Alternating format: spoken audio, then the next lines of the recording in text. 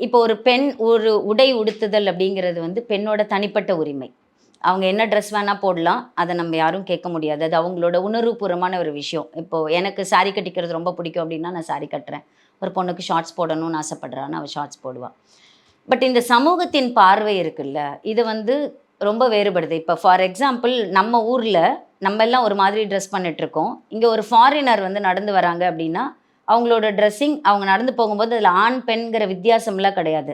அவங்க நடந்து போகும்போது நம்ம அவங்கள வித்தியாசமா திரும்பி பார்ப்போம். அதே மாதிரி இப்ப நம்ம போய் ஒரு ஃபாரின் கண்ட்ரில இருக்கோம் அப்படின்னா, நம்மளோட ட்ரெஸ்ஸிங் அங்க அங்க இருக்கவங்க நம்மள அப்படி பார்ப்பாங்க. எல்லாருமே தவறாக தான் பார்ப்பாங்களா அப்படின்னா, அப்படி கிடையாது. தவறா பார்க்கறதுக்குன்னு ஒரு கூட்டம் இருக்கு. சரிங்களா?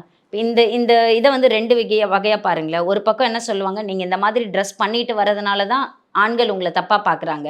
அப்படின்னு ஒரு கூட்டம் இருக்கும்.